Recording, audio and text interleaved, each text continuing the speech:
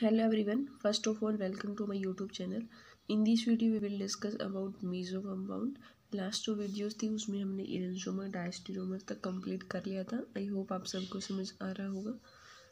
In this video हम start करने वाले हैं मीसो कंपाउंड. देखिए होते क्या है मीसो कंपाउंड. इसके लिए कुछ कंडीशंस होती हैं जो फॉलो करनी पड़ती है कोई भी मॉलिक्यूल मीसो कंपाउंड होने के लिए. तो एक तो मॉलिक्यूल मस्ट एक से ज़्यादा काइल सेंटर होना चाहिए. मीन्स कंडीशन क्या है, एट लीस्ट 2 काइल सेंटर.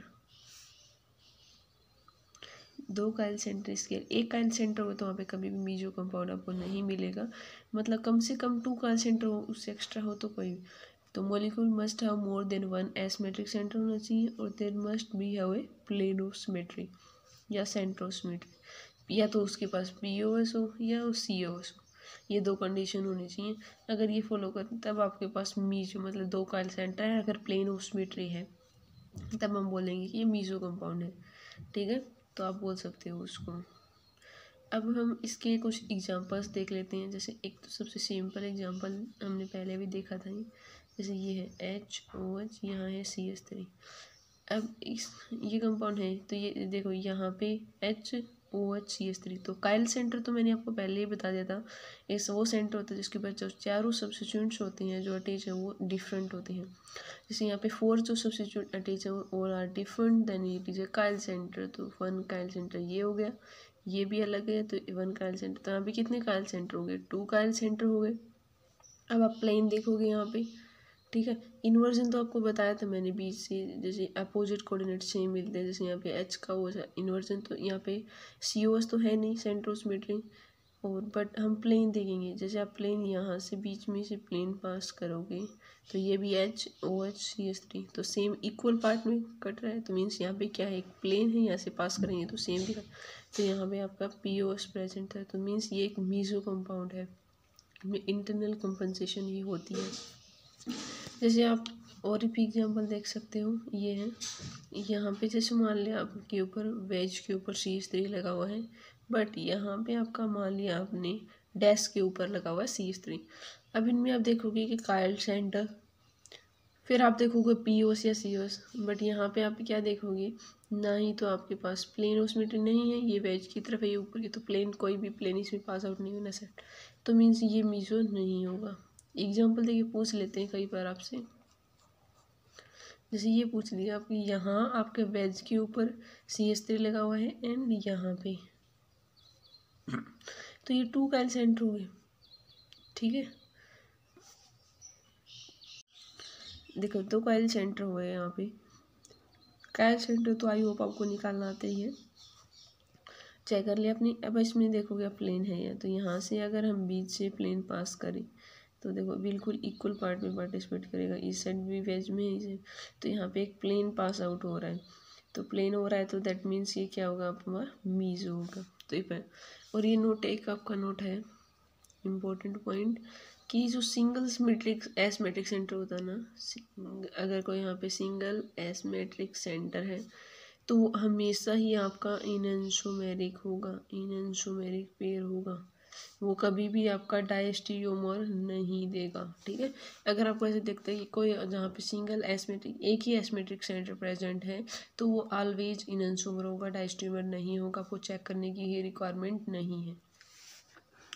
ठीक है, फिर हमने ये तो देख लिया काइल सेंटर होते हैं. तब कुछ मॉलिक्यूल ऐसे भी होते हैं जो कायरल होते हैं बिना किसी एसमेट्रिक सेंटर के. वो आगे हम पढ़ेंगे. जैसे एलीन है, बाइफिनाइल है, एंसा कंपाउंड है.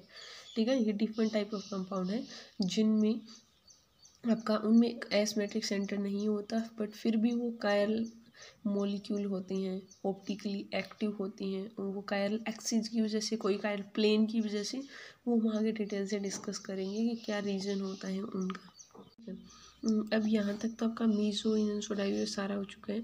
अब हम डिस्कस कर लेते हैं कुछ 2-3 फॉर्मूले इम्पोर्टेंट है. जो क्या होता है कि कई बार आपसे क्या ये पूछ लेते हैं, calculate the total number of stereo isomer बताओ, इसमें कितने इनएंसोमेरिक पेयर हैं डायस्टेरियोमर. तो कैसे करोगे, जैसे पहला केस लेते हैं कि कोई मॉलिक्यूल है आपके पास, वो एनसिमेट्रिकल है.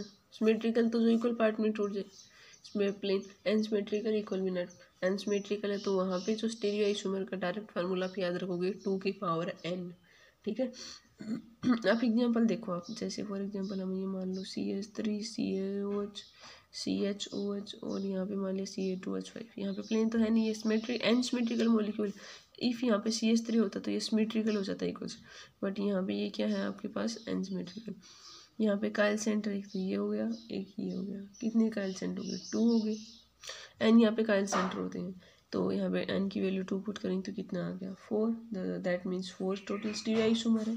अब स्टीरियो आइसोमर दो कंडीशन हो सकती हैं, या तो वो स्टीरियो आइसोमर आपके ऑप्टिकली एक्टिव होंगे या वो आपके ऑप्टिकली इनएक्टिव होंगे, ठीक है। दो कंडीशन होगी इसमें, ऑप्टिकली एक्टिव होंगे या इनएक्टिव। ऑप्टिकल एक्टिव का तो फार्मूला हो जाएगा 2n होता है और इनएक्टिव आपके 0 होंगे। तो अब ये केस याद रखना आप, एक्टिव 2n, इनएक्टिव 0।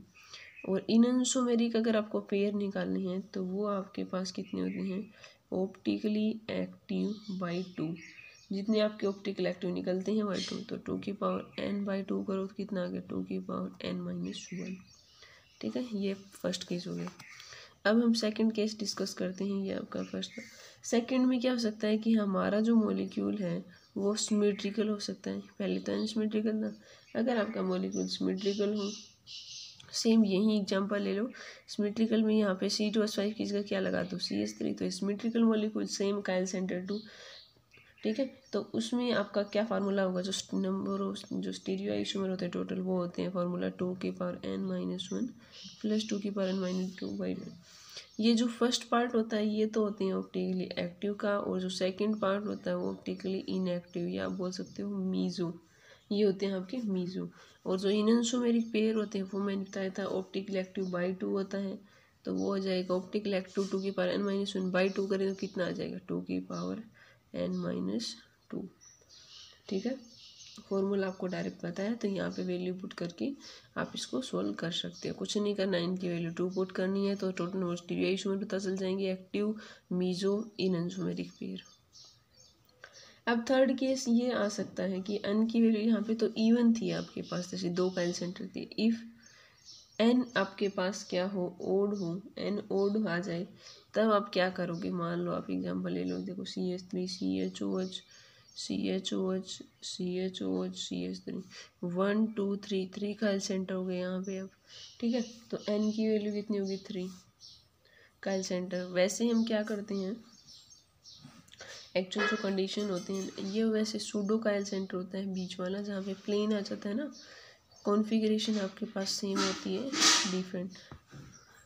तो ये बीच वाला इसको हम बोलते हैं सूडो काइल सेंटर, दोनों साइड आपके काइल सेंटर हैं और सेम टाइप के, तो इसको सूडो काइल सेंटर।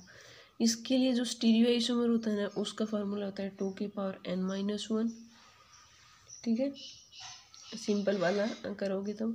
और एक 2n-1 -2n-1/2 और सेकंड होता है प्लस 2n-1/2। ये तो होता है आपका मीजो का जब ऑप्टिकली इनएक्टिव हो, और ये होता है ऑप्टिकली एक्टिव का, ठीक है। ये ऑप्टिकली एक्टिव का हो सकता है। एन ओड था तब का फार्मूला हो गया ये, और ये आपका स्टीरियो आइसोमर तब एन ओड हो, और ये तो सिमेट्रिकल के लिए था, एनसिमेट्रिकली सिमेट्रिक। तो ये दो फार्मूला आपको पता होना चाहिए। आप एक ऐसे कोई भी एग्जांपल लेंगे कर सकते हो, जितना भी है सिंपल, ये 3 फार्मूले याद रखो। Total number of stereo isomer आपको निकलना है तो आप इजीली कैलकुलेट कर सकते हो। और जो नेक्स्ट जो वीडियोज़ होगी उसमें हम नेक्स्ट पार्ट कवर करेंगे। Please do like, share and subscribe if you like the content. Thanks for watching my channel.